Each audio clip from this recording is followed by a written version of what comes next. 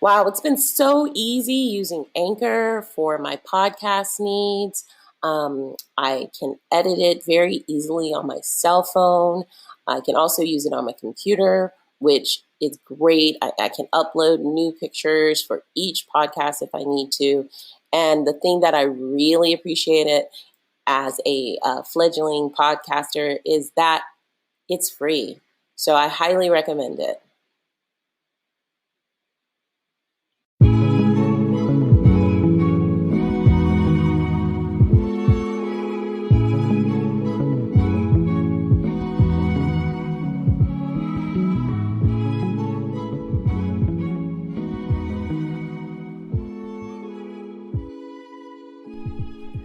Welcome to EQ Above IQ, Parenting with Emotional Intelligence and Healing the Inner Child. My name is Trina Casey and I'm your host, and thank you for joining me. On this episode of EQ Above IQ, I am interviewing Ramesha Nicole. She is an international teacher, transformational speaker, and coach who has, after 10 months of living abroad, paid off over $10,000 worth of credit card debt. Wow. What she thought was a journey of debt freedom actually became a freedom of internal transformation. She's the host of Real Talk with Ramesha Nicole podcast, where she helps you get real in order to experience true debt freedom from the inside out, mind, body, and soul. This is my kind of podcast. Welcome, Ramesha. Hi, Trina. Hi, thank you for being my most esteemed guest. Thank you so much for having me. Yeah, Ramesha Nicole, tell me a little bit about what emotional intelligence or EQ above IQ means to you. Well, for me, emotional intelligence is really all about understanding who you are at your core, like literally understanding everything about you from your mind, body, and soul. What encompasses you? How do you tick? How do you thrive? How do you show up? What makes you like really it's all about understanding and having a high level of self-awareness of who you truly are. Yeah, perfect answer. Tell me about what you do. Okay, so hello everyone. My name is Ramesha Nicole, and I am a transformation coach. I am on this mission and this path to really helping women shift their perspective on what it means to be free from debt, because we think that being in debt is just about budgeting, is just about spreadsheets, but true debt freedom is in your mind, in your body and soul. And so as a transformation coach, as a transformational speaker and international teacher, that is what I do. I teach you how to truly get real with yourself so that you can be free mind, body, and soul. Because if we are not, my personal mantra is, if you're not whole and free in those areas, it not only affects your finances, but it infects your finances. And, we think just being in debt again is about the budget and the spreadsheets. No, it goes deeper than that. Why are you really in debt? So that's just a little bit about who I am and what I do. I'm the host of Real Talk with Ramesha Nicole podcast as well.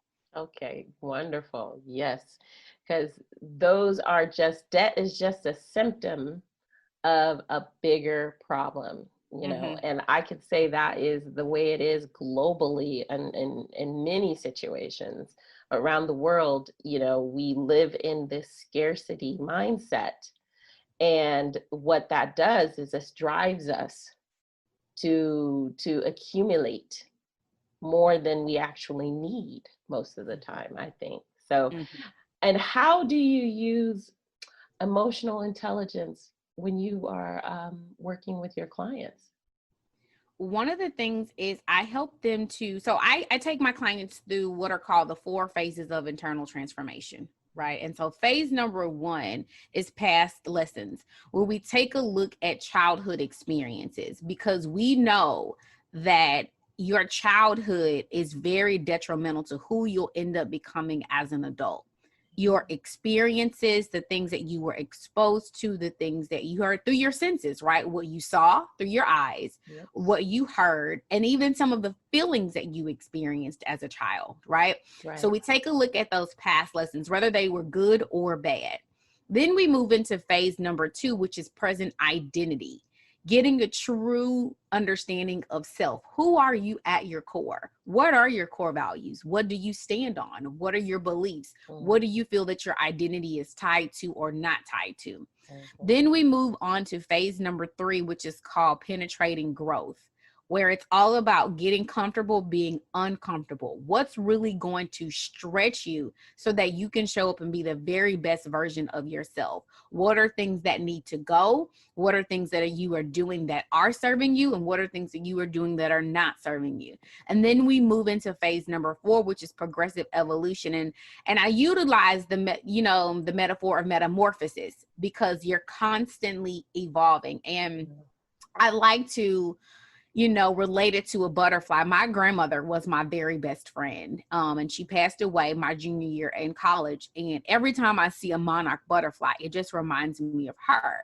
And so, as she transitioned, right, from earth to heaven, it's just like here on earth, we are constantly transitioning into new seasons, into new phases. And so that is how I use emotional intelligence through those 4 phases to really help people understand that in order to evolve and in order to transition to a newer, higher level of yourself, you've got to go through these phases where you are paying attention to each stage of your life and where you are now, because I truly believe that where you are and who you are at this moment is not where you're going to be 3 months, 6 months, or even a year from now. And so that's how I utilize emotional intelligence through those 4 phases. Yes, that's great. That's wonderful. And it's so true because I always say to my listeners and to my clients that there's no such thing as perfection. There's only progression, you know? So how you progress is how you are able to stay in, like, be in the moment that you are and your wellness, awareness of your body, how you're feeling and everything. And then you can go to the next stage and the next phase. And, with emotional intelligence, I have 5 principles that I use, which are self-awareness, self-regulation, motivation, what's your motivation, compassion, and that's feeling what the other person is feeling, and social skills, how you take that out into the world. Spending money is a social skill. How you spend your money, how you want to project out into the world and everything, that's all connected to how you feel as a person, as you said. And I love what you're doing. I love that because, girl, I remember those days of debt. Yes, and it's so draining. And let me just say that one of the things that I learned, especially on my own personal journey to debt freedom, there is some debt that I still have, but I'm able to make conscious decisions. I don't have to go and buy the latest handbag. I don't have to go and buy, and I love, here in America, there's Target. I love Target. Right. I love Marshalls. Right. I don't have to go and shop and there's nothing wrong with higher end department stores. Right. Right. But I know what my ultimate goal is. I can still look, and I'm very fashionable, but I can look very fashionable on a budget. Yeah. I don't, because labels don't define who I am. When you know who you are, those labels don't define you. Right, exactly. It's like Erica Badu. I can make this $5 dress look like a $500 dress, and it's true, because labels, just like words, like Republican, Democrat, liberal, all those labels are just constructs. We create constructs in our mind, and to validate who we are and invalidate other people. Yeah. So that whole fashion thing, and I lived in Milan for 3 years, and so I had friends working in the fashion industry, and I was going to fashion shows, runway shows and stuff, and it was all about appearance. But then again, I was never that into it. It was like, it was fun. It was like going to an amusement park. But that you can't let that define who you are, because at the same time I would go to the markets on the street and buy a bad sweater. It'd be looking like, make it look expensive, and it costs €10. So I know that you've done some traveling yourself. So tell me about that journey you had to get to this debt-free state. Okay, so in 2018, I was scheduled to go on an 11-month mission trip called the World Race. And for your listeners, and this is one of the things that I really, not necessarily pride myself, because pride is it has such a negative connotation. But one of the things that I enjoy most about myself is that I have the ability to connect with people who don't believe the same way that I do, because I know that at the end of the day, that we're all God's creation, right? Mm-hmm. And so I'm a believer of Jesus. I was supposed to go on a mission trip to go and spread the gospel, right? So one day I'm sitting 26 hours sitting in my house, and I'm supposed to go on my mission trip, but I had some debt, some unpaid debt. And I called my coach, who was over our particular squad of the world. And the World Race, again, is an 11-month mission trip where you go to 11 countries in 11 months just to really be the hands and feet of Jesus. And I'm sitting on the edge of my bed, and I'm like, I don't know what to do with this debt. And so talking to a girlfriend who was also going on the trip at the time, and I called my coach, and she said, well, I want you to go sit with the Lord, and I want you to pray and ask him what you should do. So I said, okay, I'll do that. Sat on the edge of the bed, opened up the blinds. And at the time I was living with my sister and brother-in-law, and they live in a rural area, and it's literally nothing out there. Okay. It's nothing. It's just trees and land. Well, now they have a neighbor because someone built a house next door, but it's literally nothing out there. So I opened up the blinds. I sit on the edge of the bed, and I said, okay, Lord, what am I supposed to do with this debt? And he said, stop running. I said, stop running. Lord, that's not you. Sat on the edge of the bed again. Lord, what do you want me to do? And he said, Ramesha, stop running. I said, now, Lord, I know that's not you. Prayed one more time. And he said, Ramesha, stop running and deal with your debt. And Trina, literally, the tears just began to flow, because in that moment, I felt depression. I was embarrassed. I was ashamed, because I had all these people who had rallied around me. We had raised, I want to say, about $10,000 to $11,000 worth of, the support funds that I needed to carry myself over those 11 months. And here I was going to have to tell these people, I can't go because I have personal debt that I hadn't taken care of. Right. So after I gathered myself together, I called my coach over the race, and she and I talked about, some different options. And she really commended me for, being obedient. And she said, I want to recommend that you take a program called Dave Ramsey's Financial Peace University. And, you're from the States, so I'm pretty sure you've heard of it. And so I did. I continued to live at home with my sister and my brother-in-law. I took Dave Ramsey's Financial Peace University. I worked 2 jobs, was a school counselor in the day, and I was a server at a baseball stadium here in the evenings. And I literally worked 2 jobs. I was back and forth working 2 jobs, and everything I had went towards paying on my credit card and on the car loan that I was upside down on. Okay.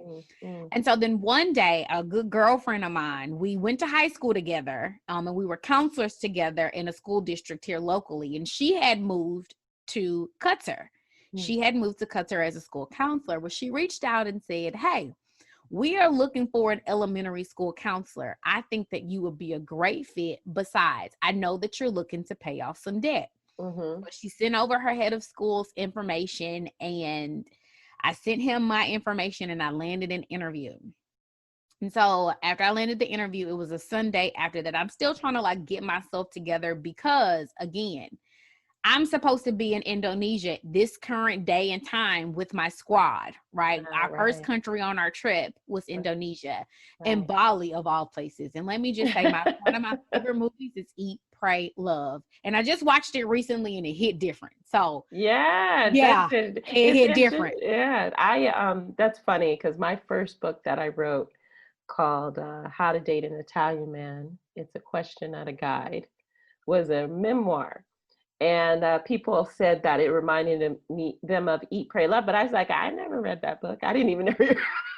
It's such a good book and such a good movie. And you know what? I saw the movie after the fact because so many people had correlated my own life to that book because Yeah. I lived in Indonesia too. Yeah. So, yeah. So I'm thinking I'm supposed to be in Indonesia, still trying to get myself together, right? Yeah. And I hear that I'm sitting in church, I'm not still numb, and I hear the Lord say, check your phone. So I got my phone out of my purse, and it was the head of schools. He had sent me that welcome letter, and he said, hi, congratulations. We would like to extend the offer for you to be the school counselor for the 2018-2019 school year. Fabulous. So fast forward to August. I am in Qatar. I am living my best life. Literally. It is like heaven on earth. You have a mixture of everybody. It's like so many different cultures.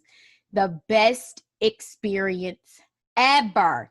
Yeah. Hands down of my entire life. Was that the first time you had left out of the country?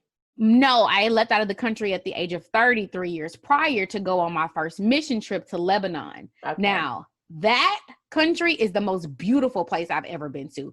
Qatar is beautiful, but Lebanon is something about it. Okay. So I have this thing about the Middle East. Like I see Middle East twice. I'm so attracted to the Middle East.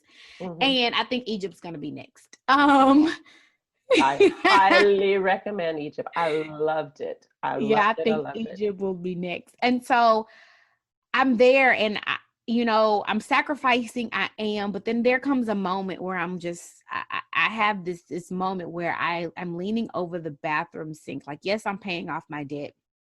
Yes, I'm having a good time meeting all these people, but something still is just not right. Right. And I find myself, before I'm scheduled to come home for winter break, I was going to come home. And I noticed that things were still kind of the same here at home in regards to certain family dynamics. And I said, you know what? I'm not going to deal with it. And I'm in my restroom in my apartment, which was an old hotel turned into an apartment building. And so you can kind of think about how small the restroom is. And I'm leaning over the sink and I start bawling. And I'm crying and I'm like, Lord, I am so broken. I need you to fix me. And that is when I started to get free. That is when the freedom truly began, because I spoke it out of my mouth. I acknowledged that I was broken. I thought in my mind that I was going to pay off $10,000 worth of credit card debt, which I did exactly 12 months of the date of when my bank, my credit union and my bank consolidated the loan, and I made my first payment right on the consolidated loan 12 months later, because I had took it out, I want to say for 36 months. But in 12 months exactly, I paid it off. But I realized that it was internal debt that I needed to start getting rid of. It was things like unforgiveness, things like bitterness. My entire diet changed. My body transformed. Right. Because mind, body, soul, and things like childhood memories, right? Things like experiences in elementary school when you don't get picked to be on the kickball team. And I recently said this on my podcast. It's this guy named, and I don't want to call him out like he was a bad person because we were kids, right? But I remember in 5th grade and we were playing kickball. Now, I've always been a social butterfly, always been outgoing, right? But I remember the ball hitting me in my head and me falling over this little guy named Andy Nelson. Andy Nelson from 5th grade. He kicked that kickball and the kickball hit me in my head. And I fell over and everyone laughed. And so moments like embarrassment, right? Yeah. In high school, when I'm dating one of the star football players and we have this drama and you have this identity, all of these things that you think that you've released, things that happen in college, things that happen in my adulthood, I dated someone who I thought was going to end up being my husband, right? And then just like all of those things began to surface, and I'm still purging. But the freedom began in that moment when I spoke out of my mouth and said, I'm broken, Lord, and I need you to fix me. And so that's just you made the choice. That's when you make the choice, you finally decide that this is enough. that's when it starts. That's when the transformation starts. And one of the hardest things I find that people have a hard time doing is admitting that they're broken or admitting that they're wrong. And what that actually does is frees you up of the shame. Because even if you're trying to cover it up and pretend that you're okay, you know, it just, I say this quote every single time. We're all just children walking around in adult suits, pretending we have it figured out while we spread our trauma onto ourselves, onto people we love, our friends, our children, especially because this podcast is about children and parenting as well as healing that inner child. But it's the child from within that we have to focus on, because there's so many times I go back and I have conversations with my inner child and say, okay, this is from when so and so hit me in the head with the with the thing, and I felt embarrassed. That's what this is from. And that's when you release it, all those little micro traumas through life. And sometimes people think trauma is something major, like rape. It happened. Molestation. It happened. But it also is just the daily microaggressions of growing up, when maybe you got yelled at or told that you weren't good enough or enough as a child, day in, day out, because that was the messaging in your home. And that was the messaging from society. And I know you can relate as a woman of color. We often have those signals, not only outside of our community, but within our community as well, with colorism, with, the focus on hair and all that stuff. You can walk around not feeling good about who you are most of your life. Yeah. You know, and really not know why. Why is this feeling the way it's feeling right now? And so acknowledgement is first. Absolutely. Acknowledgement is first. So I applaud you, and I love what you just said, that, you get along with people from all different beliefs and all different backgrounds. And I know some of my listeners are like, what is all this Jesus stuff? And I want to say, it's because I am the same way. Whatever gives you peace in your life, embrace it. So if that's calling to Lord Jesus, whoever, Allah, whoever it is, for me, it's just the universe, because I feel like it's so much bigger than a name. So I love that you said that, because I was like, let me just let everybody know. I believe that everybody has a right to their beliefs, just like I have everybody has a right to walk the way they want to walk, as long as you're harming nobody else. That's your space, that's your joy. So and if you want to come along on this Jesus journey with me, come on. walk hand in hand with me. I'm here with you, right? Exactly. And no one's perfect either, so no, I think it's just, religion is a foundation for ideas that were meant to elevate us to our divinity. And I think that power is within us all. And I access it through Buddhism and through meditation, and but it's in all of us. It's just got a different name for it. But so you in Qatar. Beautiful Qatar. You finally have your revelation. And what did you do? Because you also help people consolidate that debt. What is your recommendations? What are some steps that you took to actually start eliminating it? Because I'm curious. Well, it was all about being intentional. That was first things first. Like, you have to know, okay, what does this look like for me? Again, where you are right now is not where you're going to be 6 months, 9 months, or a year from now? What's your game plan? So first things first is I had to have a game plan. I had to create a vision. I knew without a shadow of a doubt that I could not return to the United States of America with that same amount of debt. There was no way that I could come back to the States because I was living on I had a tax-free salary. So I could not allow the fact that I was in a centrally location to travel all over the world. Now I did travel. I did get a chance to travel, not as much as I would have liked to. And hindsight is 2020. I do wish that I would have capitalized on more opportunities. But again, I had a game plan. I had a vision. So it started with a vision, right? I created a monthly budget. We got paid at the top of every month. So I had to literally make my money stretch for the entire month. So that meant I had to be disciplined.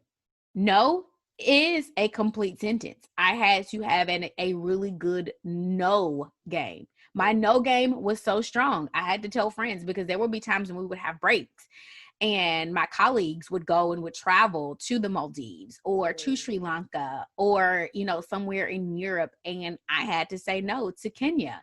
Kenya was literally 4.5 hours away on a plane, 5 hours away on a plane.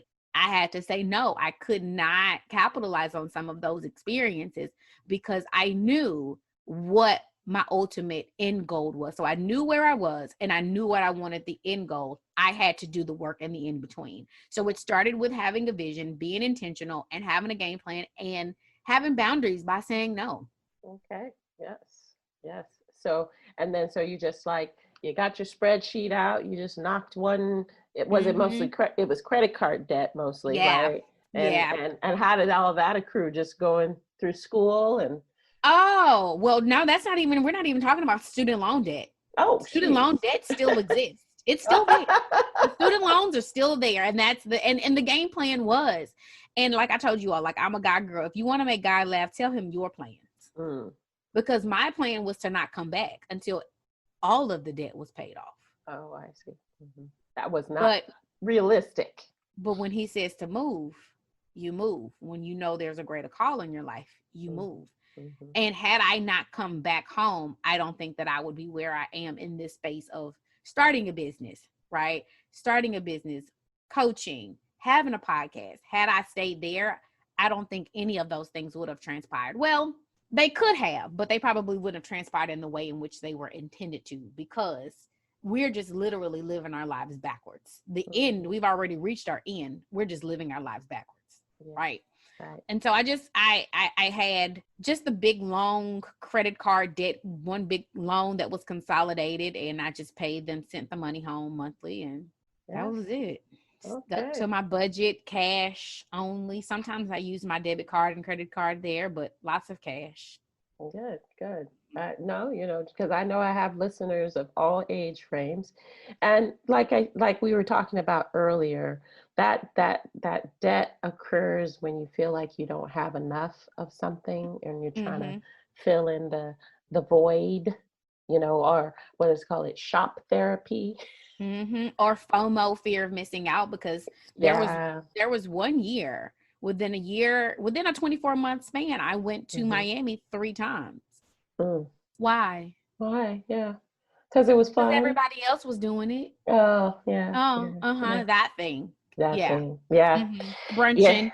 That thing too. Peer pressure. Yeah. Yeah, I know. But that's a society we live in. It's constant messaging that you got to do what everybody else is doing when you don't. Do what's the best thing for Ramesha. Do the best thing that is for you. Do the best thing that is for your child. And sometimes that's not doing what everybody else is doing. So there's just one thing that I wanted to talk to you, because when I asked you to fill out my form for the podcast, you said, don't let what happened to you in childhood affect you, who you are as an adult. And I love that. I said, that's absolutely true. And that's one of the impacts of trauma. How have you started taking steps to heal your inner child so that you become the adult that you want to be? Because I say it now, because you know what? adulting is for you're in the process, because we're all children. So how are you doing that now? Well, therapy has definitely played a major role in that. But it did also, again, in Qatar, it started with that self-awareness that I had to really, like you said, talk to my little girl and say that what happened to you didn't define you. It wasn't your fault. And what I had to do recently was I had to have a conversation with my parents to let them know that when they divorced when I was 5, how that has impacted me from, the perfection to the needing validation from men.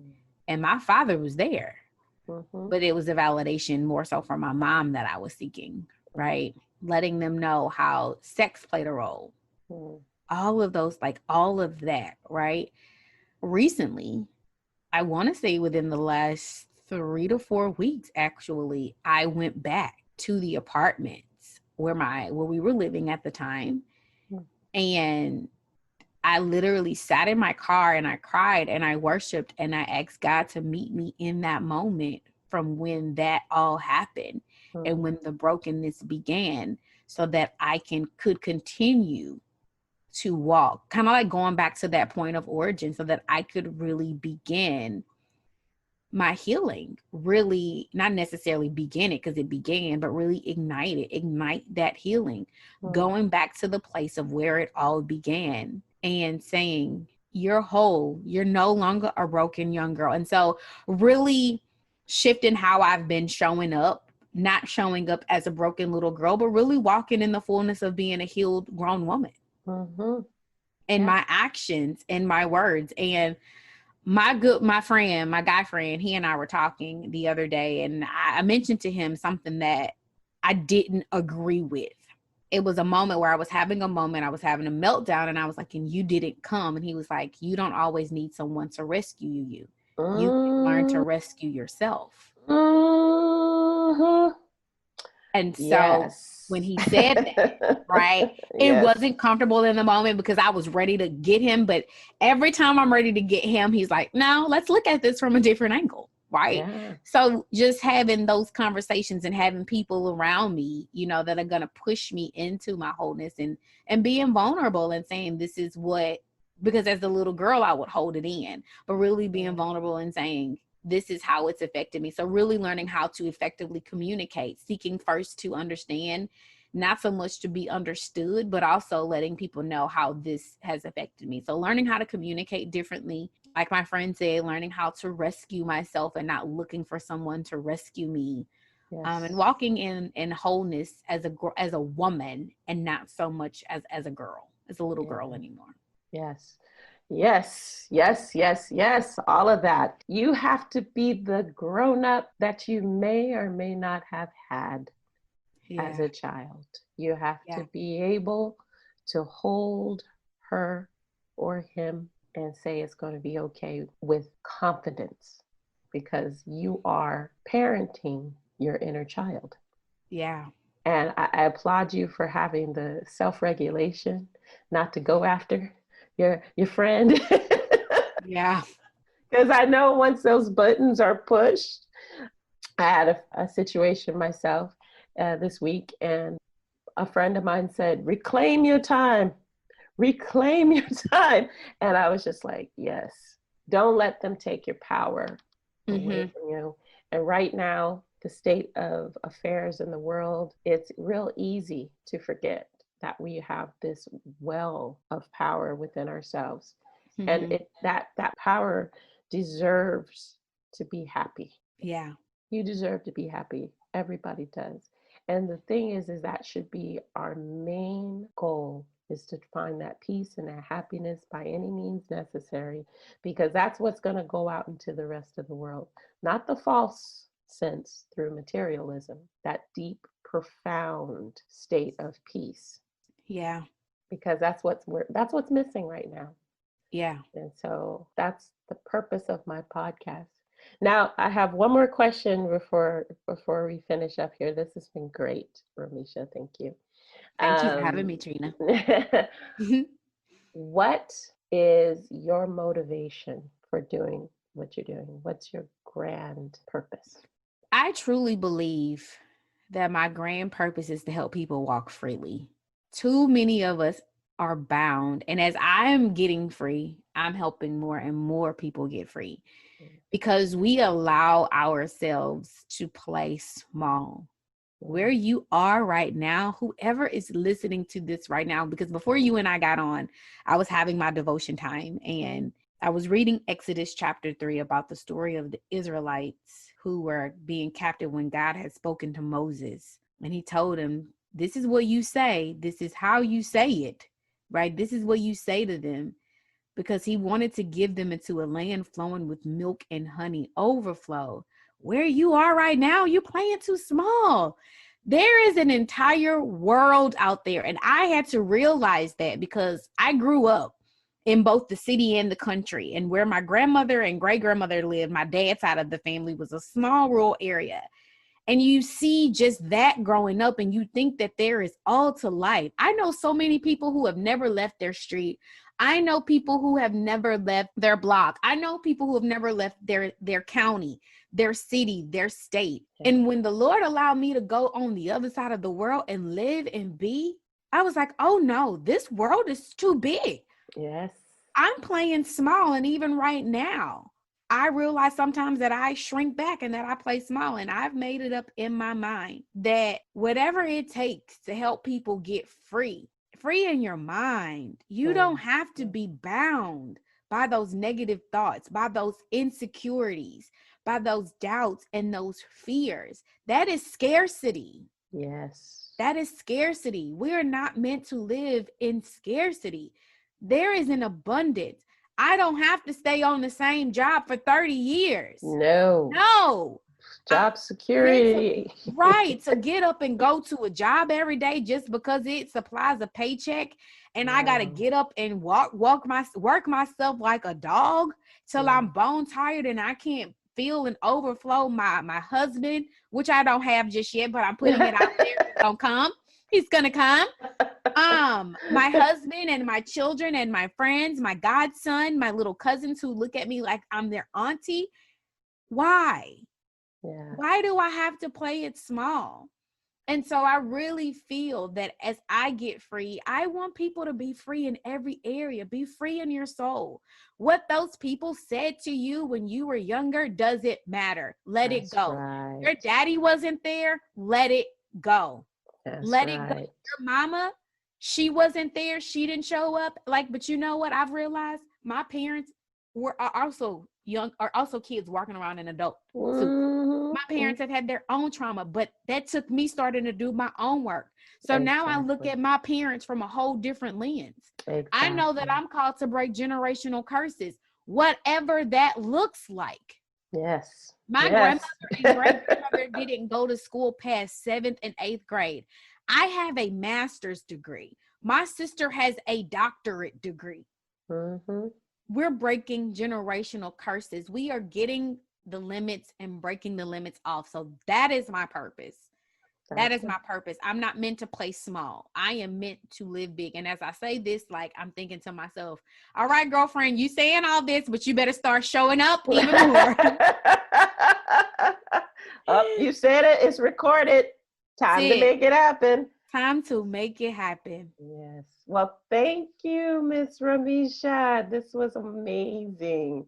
Thank you, Trina, for having me. Shared some very important wisdom. And let's all get together and work on healing our inner child, because that's how we're going to change everything. And that's how we're going to show up for our husband in the future, for our children in the future, for those of you listening that don't have either. Got to be right with yourself to show up for other people. So thank you. I will talk to you soon, I hope. Yes. And make sure you take a listen to Ramesha's podcast, Real Talk. You're on Apple Podcasts, Spotify. And if you want to get a hold of you for some coaching, how do they reach you? You can visit my website at RameshaNicole.com or just send me a DM, that is a direct message, over on Instagram at GetRealBeFree. send me a DM because the website is going to be updated fairly soon. So go ahead and send me a direct message into my inbox over on Instagram, or you can find me over on Facebook. Same thing at Get Real Be Free, and I will get back with you. All right. Thank you so much. So good. Thank you, Trina, for having me. Thank you. Okay. Bye. It was such a great pleasure to have Ramesha on EQ Above IQ, Parenting with Emotional Intelligence and Healing the Inner Child. I want to remind you that if you want more resources on emotional intelligence and anything to do with the podcast, please go to thisreallifebooks.com and check on the podcast section. You can also listen to this podcast on other platforms. And also, please take advantage of all of the resources that are available on the website, including the coaching tab. I'm here to help. And if you have any questions, please reach out. And I hope you have a blessed day.